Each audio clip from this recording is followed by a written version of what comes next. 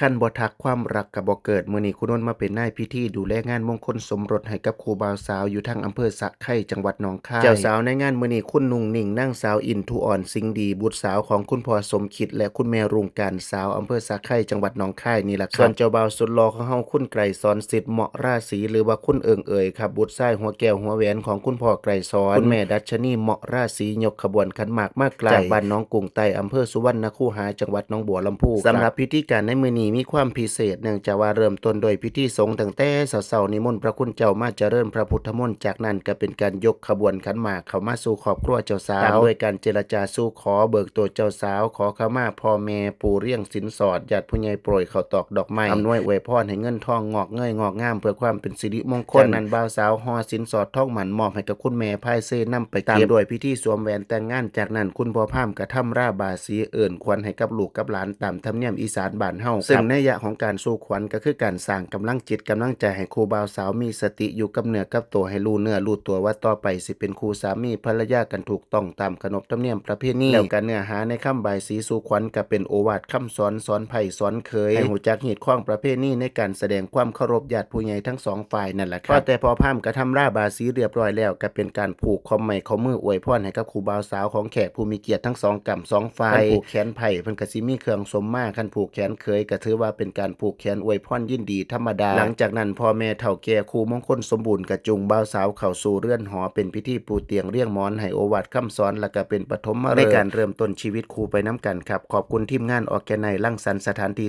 สวยๆงามๆแล้วก็พี่สั่งภาพอำนวยช่วยเหลือกันในการดำเนินพิธีการจนแล้วเสร็จลุล่วงไปได้ด้วยดีและก็ขอขอบคุณบ่าวสาวที่ให้คุณนนท์ไปเป็นส่วนหนึ่งในวันสำคัญในมื้อนี้ผู้ใดมีคู่มีฤกษ์บ่คันมีนายพิธีเอิ้นใจคุณนนท์ได้เด้อครับเด้อ